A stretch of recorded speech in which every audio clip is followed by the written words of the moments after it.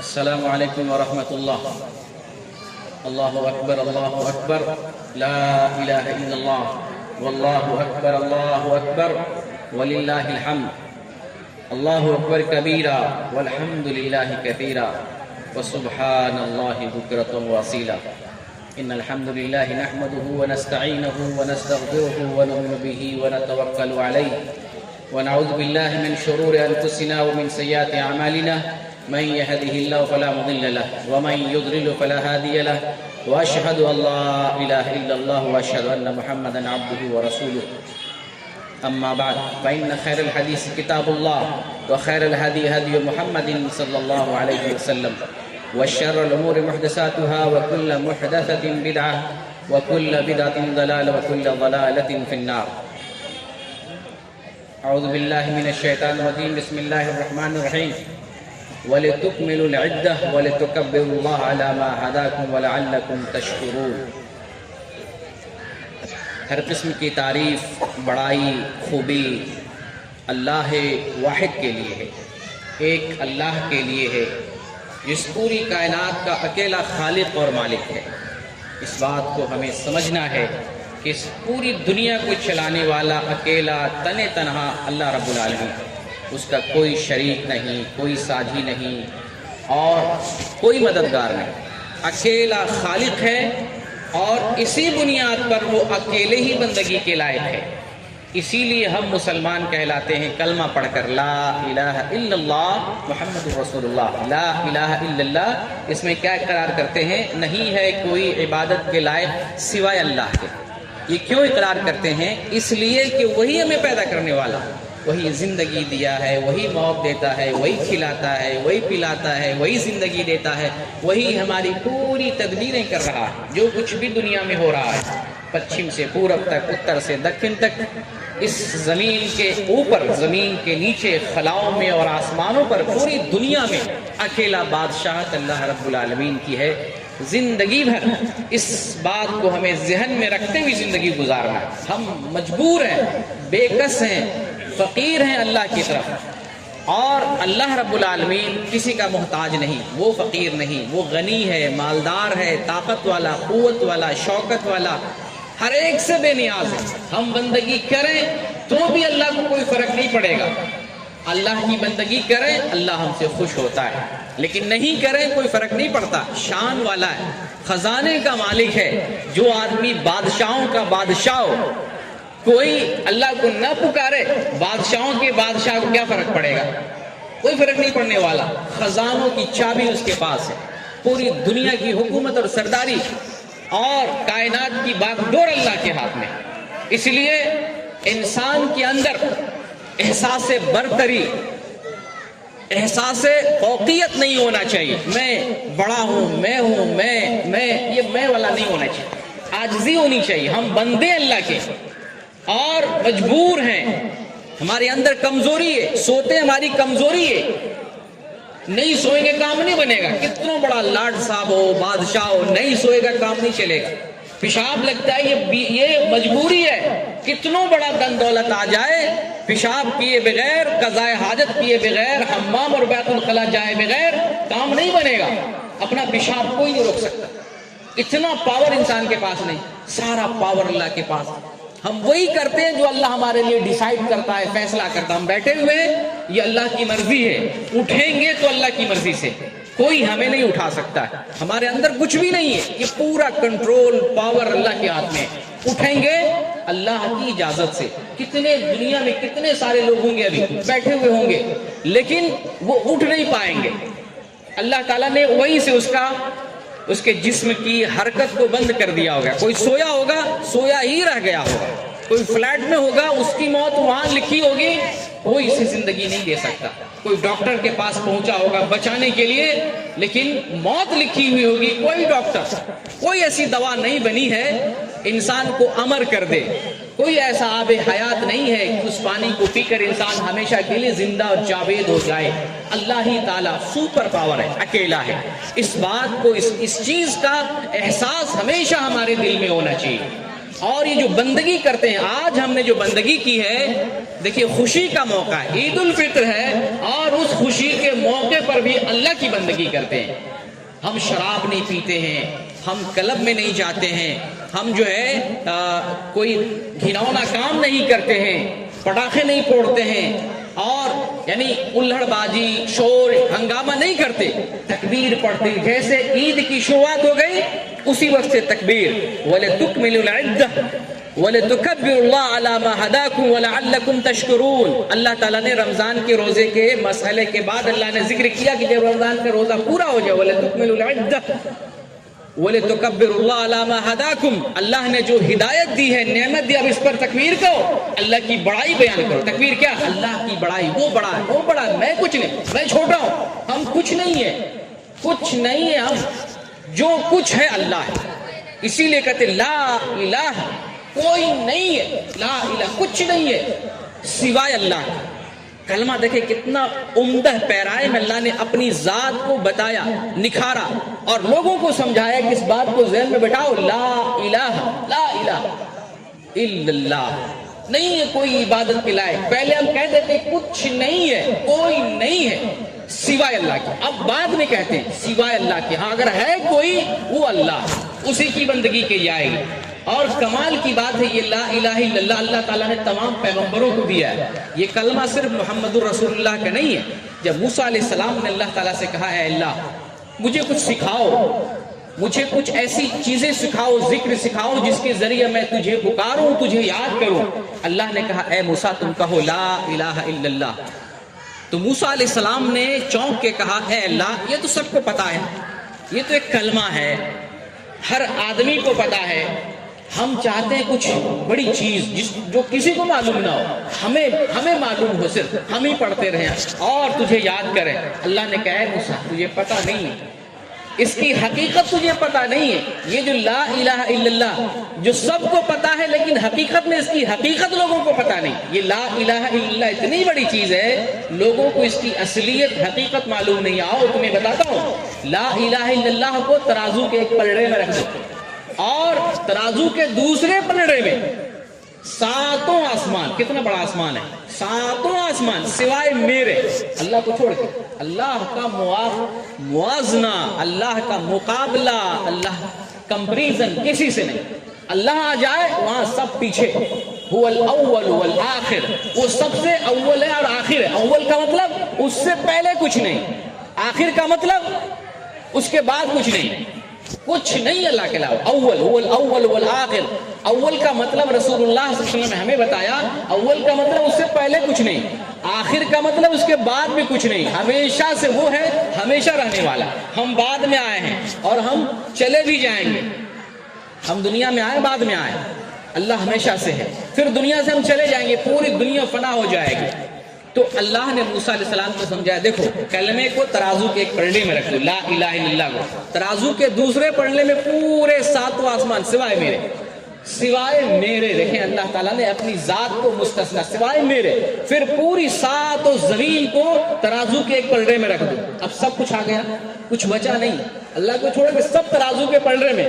اے موسیٰ سنو، لا الہ الا اللہ کا ترازو یہ جو پلڑا ہے بھاری ہو جائے گا، وزنی ہو جائے گا، اتنی بڑی چیز ہے۔ تو یہ لا الہ الا اللہ تعالیٰ نے موسیٰ علیہ السلام کو بتایا، اور ہمیشہ سے جتنے پیغمبر آئے آدم علیہ السلام سے لے کر محمد رسول اللہ صلی اللہ علیہ وسلم تک سب کو یہ کلمہ دیا گیا، اور الحمدللہ ہماری خاص طور سے اس جماعت کی پہچان ہے، اور میں ہمیشہ بتاتا ہوں یہی ایک جماعت حقہ ہے، حق پر چلنے والی جماعت ہے جس کے اندر بدعت نہیں ہے اور جس کے اندر شرک نہیں ہے۔ یہ جماعت شرک نہیں کرتی ہے، شرک کہتے ہیں اللہ کو چھوڑ کر دوسروں کو پکارنا، مزاروں کو، باباؤں کو، دھاگا کو، درخت کو، چرند کو، پرند کو، سورج کو، زمین کو، آسمان کو پکارنا، یہ کیا ہے؟ غیر اللہ کو پکارنا۔ جبکہ ہم کیا ہیں؟ مسلمان، ہم کہتے ہیں لا الہ الا اللہ۔ اس کا مطلب کیا ہوتا ہے؟ کوئی عبادت کے لائق نہیں سوائے اللہ کے، اور اس پر چلنے والا، اس دھرتی پر روئے زمین پر اگر کوئی ہے جو صحیح سے اس کلمے پر چلتا ہو تو یہی چھوٹی سی جماعت ہے، بڑی نہیں ہے، یہی چھوٹی جماعت ہے، اور یہی جماعت صحیح سے چل رہی ہے۔ اور ہمیشہ اچھے لوگ، سچے لوگ کم ہوتے ہیں، تعداد پہ کبھی نہیں جائیے گا، تعداد پہ کبھی نہیں جانا، حق پر جانا، حق کا راستہ کیا ہے. اور اللہ نے قرآن میں بتایا وَقَلِيلٌ مِّنْ عِبَادِيَ الشَّكُورُ، شکر گزار بندے تھوڑے ہوتے، زیادہ نہیں ہوتے. یہ حق والی جماعت ہے جو شرک نہیں کرتی ہے اور بدعت نہیں کرتی ہے. تو میں بتا رہا تھا کہ یہ عید جس میں پٹاخے نہیں پھوڑتے، یہ عید کا مطلب خوشی کا دن، خوشی منانا. نبی کریم صلی اللہ علیہ وسلم جب مکہ سے مدینہ ہجرت کر کے آئے تو مدینے کے اندر لوگ 2 عید مناتے تھے جاہلیت کے زمانے میں. ایک نوروز، نئے روز، اور ایک اور عید مناتے تھے. 2 قسم کے عید 2 دن منایا کرتے تھے. رسول اللہ صلی اللہ علیہ وسلم نے فرمایا چھوڑو، ان 2 عیدوں میں کھیل کود کرتے تھے.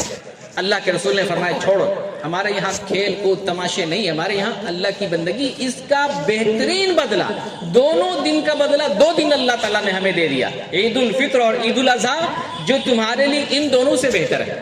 تو یہ عید اللہ تعالیٰ نے ہمیں دی ہے، میسر کی ہے، جس عید کے بارے میں امام بخاری رحمۃ اللہ علیہ نے کتاب العیدین میں، بخاری شریف کے اندر کتاب العیدین میں ایک حدیث ذکر کیا ہے رسول اللہ صلی اللہ علیہ وسلم کی، ھذا عیدنا اہل الاسلام، اے اسلام والو اور اے ایمان والو، اسلام کے ماننے والو سنو، یہ ہماری عید ہے، یہ ہماری عید ہے. دیکھیں کتنے اچھے پیرائے میں رسول اللہ نے عید کی بات بتائی، یہ ہماری عید ہے. یعنی ایسی عید ہے جو تمام مذاہب سے مختلف ہے.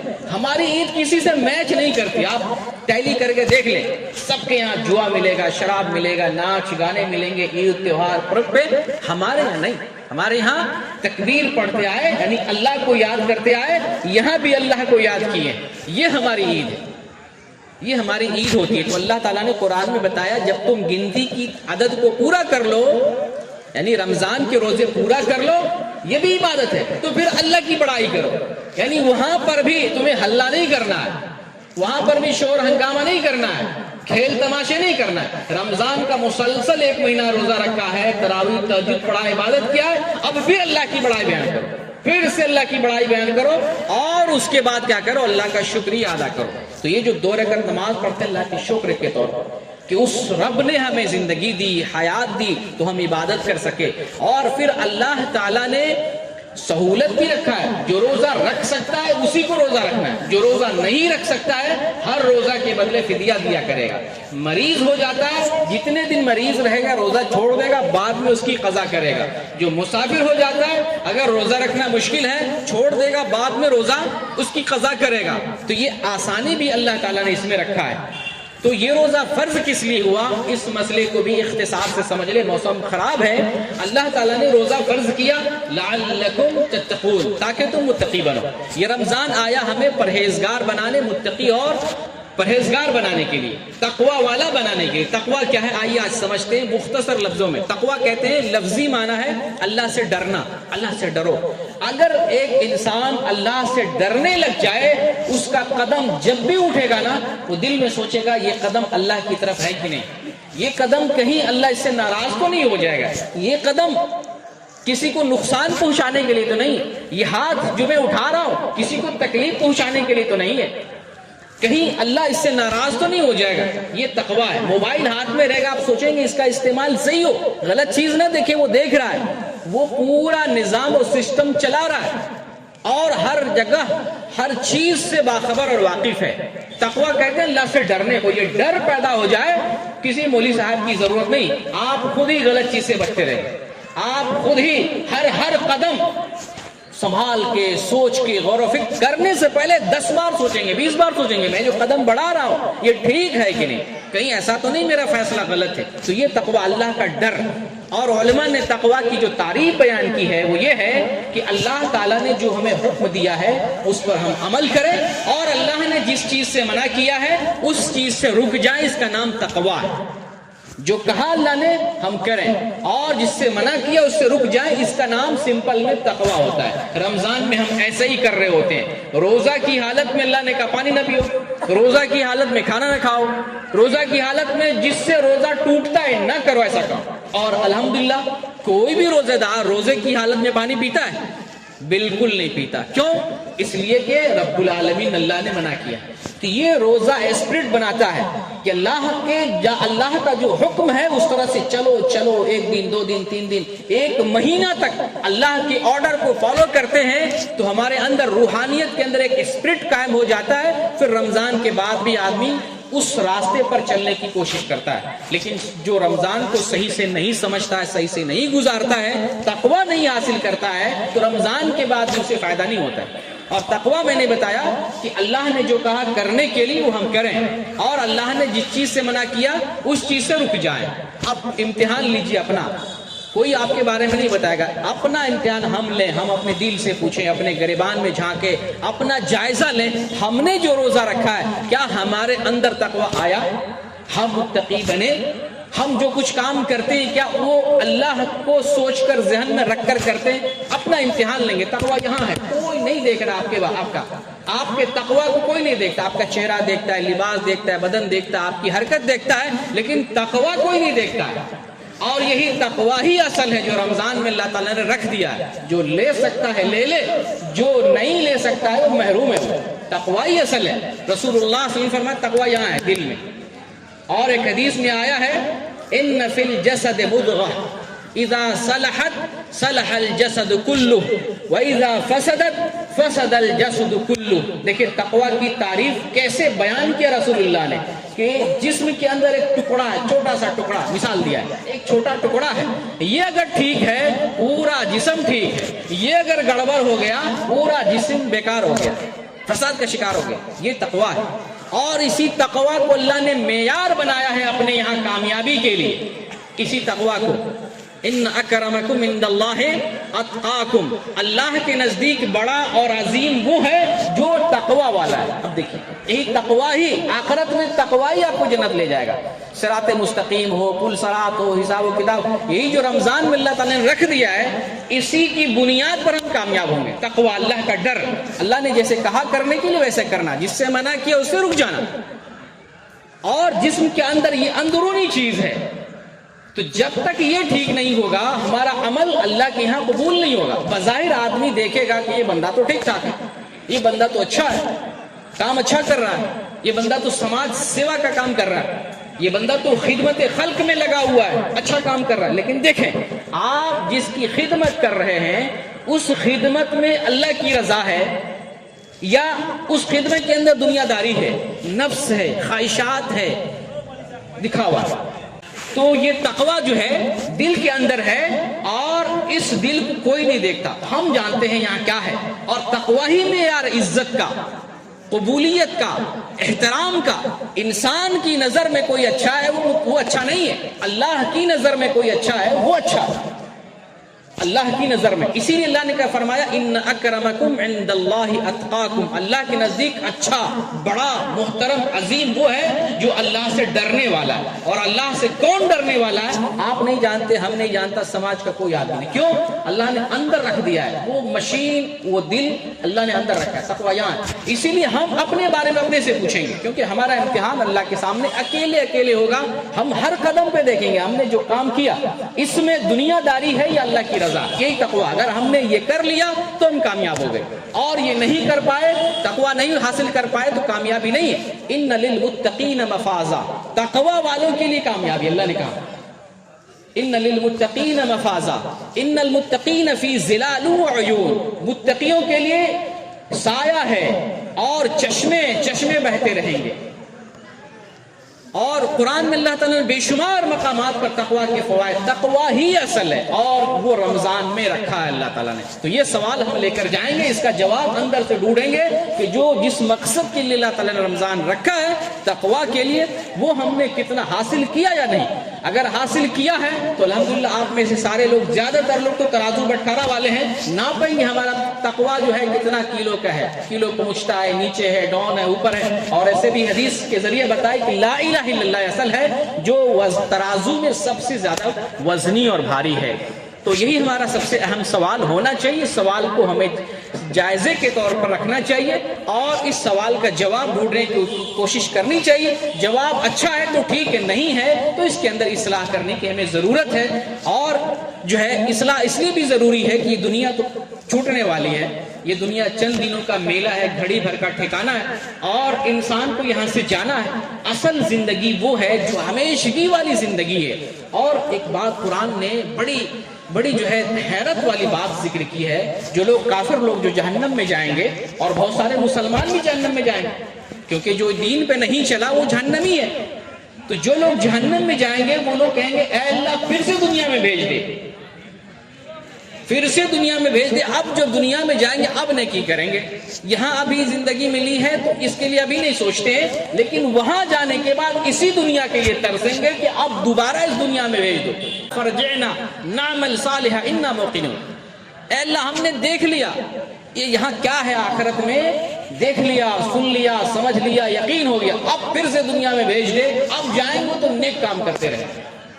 فرجعنا نعمل صالحا، لوٹا دو، نعمل صالحا، نیک صالح کام کہیں گے، نیک کام کریں گے، انا موقنون، ہم کو یقین ہو گیا، اب یہاں آ کر کے ہم نے دیکھ لیا آنکھوں سے یہاں ہے، کچھ ہے، جنت جہنم ہے، پہلے یقین نہیں ہوتا تھا، اب پھر سے، لیکن وہاں پچھتانے سے، تمنا کرنے سے کچھ نہیں ہوگا۔ اس سوال کا جواب ہمیں ڈھونڈنا ہے اور اس سوال کے جواب کی تیاری کرنی ہے۔ الحمدللہ ہم نے رمضان گزارا ہے، رب العالمین سے دعا کریں اللہ تعالیٰ سارے روزے کو ہمارا قبول فرمائے۔ اگر رمضان میں روزے میں کوتاہی ہوئی ہے، بشری اعتبار سے انسان ہے، بشر ہے، کبھی جو ہے ماحول صحبت کے اعتبار سے ایسا ہو جاتا ہے تو اللہ تعالیٰ تو خطا کو معاف کرنے والا ہے، اپنا فضل سے جو ہے لوگوں کو نوازنے والا ہے، اور پھر جب گنہگاروں کو تو معاف کرتا ہے تو ہم تو روزے دار تھے، ہم تو ایمان والے تھے، اے اللہ اپنے جرم کا ہم اقبال کرتے ہیں، تسلیم کرتے ہیں، اپنے فضل و کرم سے ہمارے گناہوں کو تو معاف فرما دے، اور باری اللہ ہم نے جو کچھ بھی نیکی کی ہے، چھپ کے کی ہے، مسجد میں آ کے کی ہے، جو کچھ بھی ٹوٹی پھوٹی عبادت، دعا ہو، صدقہ ہو، زکوٰۃ ہو، تراویح ہو، تہجد ہو، مناجات ہو، تلاوت ہو، جو کچھ بھی ہے اللہ ہم نے رمضان میں کیا ہے، اے اللہ تو قبول فرما لے، جس مقصد کے لیے تو نے رمضان دیا تھا اس مقصد میں ہمیں کامیابی عطا فرما۔ بار الہ ہمارے دلوں کو صاف کر دے، ہم مسلمانوں کو متحد کر دے، اور آج چونکہ مسلمان دین سے بھٹک رہے ہیں، تتر بتر ہو گئے ہیں، اللہ مسلمانوں کو توفیق دے، ایک پلیٹ فارم پر آئیں، ایک جگہ جمع ہوں، اور سارے مسلمان مل جل کر رہیں، ایک صف میں کھڑے ہو کر رہیں، جیسے محمد صلی اللہ علیہ وسلم کے زمانے میں تھے، حضرت ابو بکر صدیق کے زمانے میں تھے، حضرت عمر کے زمانے میں تھے، حضرت عثمان کے زمانے میں تھے، اور حضرت علی رضی اللہ تعالیٰ عنہ کے زمانے میں تھے۔ مسلمان سب ایک صف میں تھے، ایک جماعت میں تھے، بعد میں لوگ تتر بتر ہو گئے، جبکہ قرآن ایک ہے، اللہ ایک ہے، دین ایک ہے، رسول ایک ہے، سارا کچھ ایک ہے، لوگوں نے راستہ بدل لیا، راستہ ایک ہی ہے، اسی راستے پر چلنا ہے۔ اللہ تعالیٰ نے اس کے بارے میں بتایا وَأَنَّ هَذَا صِرَاطِي مُسْتَقِيمًا فَاتَّبِعُوهُ وَلَا تَتَّبِعُوا السُّبُلَ، یہ میرا راستہ، سیدھا راستہ، صراط مستقیم، اسی پہ چلتے رہو، اور سنو ادھر دائیں بائیں شیطان، اگر دائیں بائیں بھاگنے کی کوشش کیا شیطان تجھے اچک لے گا، تو اس لیے سیدھے راستے پر چلتے رہو، یعنی اللہ کا جو راستہ ہے جو محمد صلی اللہ علیہ وسلم لے کر آئے قرآن کی شکل میں، حدیث کی شکل میں، اس راستے پر چلتے رہا کرو۔ بار الہ ہماری ساری عبادتوں کو قبول فرما لے، ہماری تکلیفوں کو دور فرما لے، خاص طور سے نوجوان کو کہتا ہوں، یا جو بیمار اور ضعیف ہے، جو روزہ چھوٹ گیا ہے عذر کی وجہ سے، بعد میں رکھنا ہے، اس میں معافی نہیں ہے، اگر نہیں رکھتے ہیں تو پھر گناہگار ہوں گے، فریضہ ہے۔ اور وہ نوجوان جو کسی کے بہکاوے میں آ کے روزہ توڑ لیا تھا وہ اپنے روزوں کی قضا کرے۔ بہت سارے نوجوان آج روزہ نہیں رکھتے، حالانکہ اگر ایک روزہ توڑتے ہیں زندگی بھر روزہ رکھنے کا کوئی فائدہ نہیں ہے، کوئی فائدہ نہیں ہے، آپ کی مسلمانی کوئی فائدہ نہیں اگر آپ نے روزہ نہیں رکھا، زندگی بھر روزہ رکھیں اس کی بھرپائی نہیں ہوگی۔ یہ رمضان میں سال میں 1 مہینے کے لیے، تو جتنا روزہ چھوٹا ہے 2 کام کرے، پہلے نمبر اللہ سے توبہ کرے، اللہ ہم سے بھول ہو گئی، صحبت خراب تھی، کسی کے بہکاوے میں آگے روزہ توڑ دیا ہم نے، اللہ سے توبہ کرے، اور جتنا روزہ توڑے رمضان کے بعد اتنا روزے کی قضا کر لیں، اکٹھا کرنے کی ضرورت نہیں، گیپ کر کے ایک ایک کر کے 2 کر کے سہولت کے اعتبار سے جب بھی رکھنا چاہیں رکھ سکتے ہیں۔ بار الہ ہماری نیکیوں کو قبول فرما لے، ہماری کمزوریوں اور کوتاہیوں کو دور فرما دے، اور ہم سب لوگوں کو ایمان پر قائم رکھ، اسی ایمان پر ہمارا خاتمہ فرما، آمین۔ وآخر الدعوانا ان الحمدللہ رب العالمین۔